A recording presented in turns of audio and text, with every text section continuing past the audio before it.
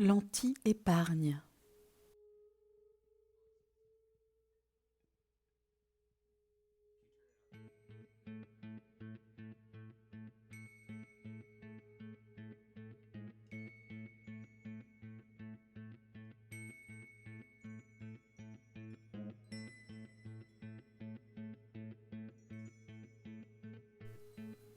À chaque moment en mouvement de don, de communion et d'allégresse.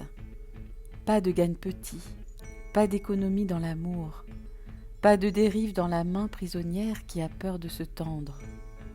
La générosité est la nature vraie de la vie, sa radicalité, son héritage à transmettre sans jamais cristalliser son cœur.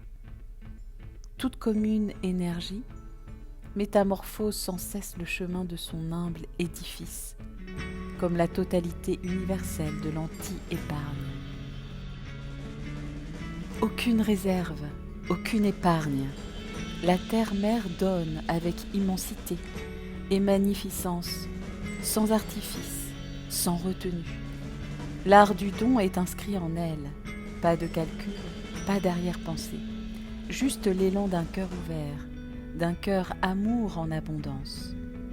Une réjouissance de tout instant, comme une offrande manifestée devant soi, pour se rappeler le chemin, la voie de l'admirable.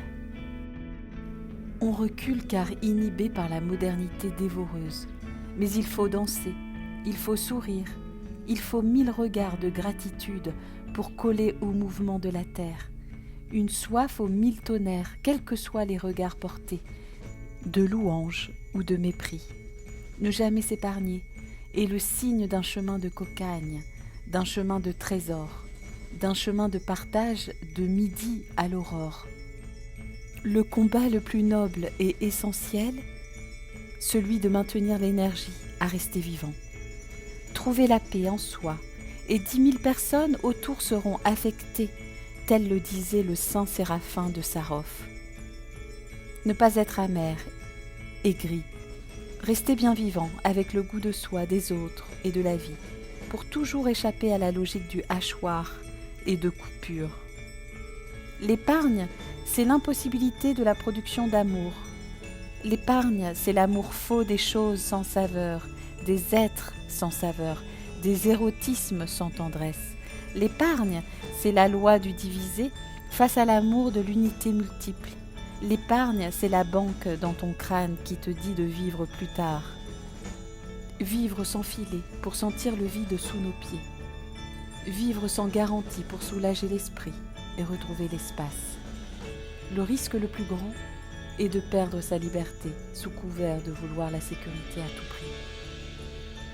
La communion des saints abolit la cristallisation et sa radicalité transperce nos cœurs.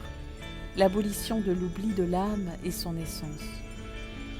Héritière de l'histoire universelle du souffle, qui jusqu'au dernier aime, vibre, se pose en jalon de conscience, qui aime la vie non parce qu'elle est habituée à la vie, mais parce qu'elle est habituée à aimer.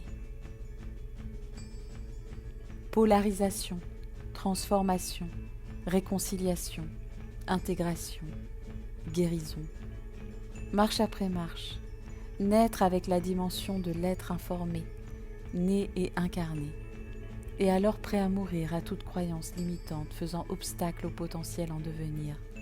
L'âme, rejoignant son endroit, retourne se reposer à nouveau avant de repartir vers d'autres contrées inattendues, riches et confrontantes.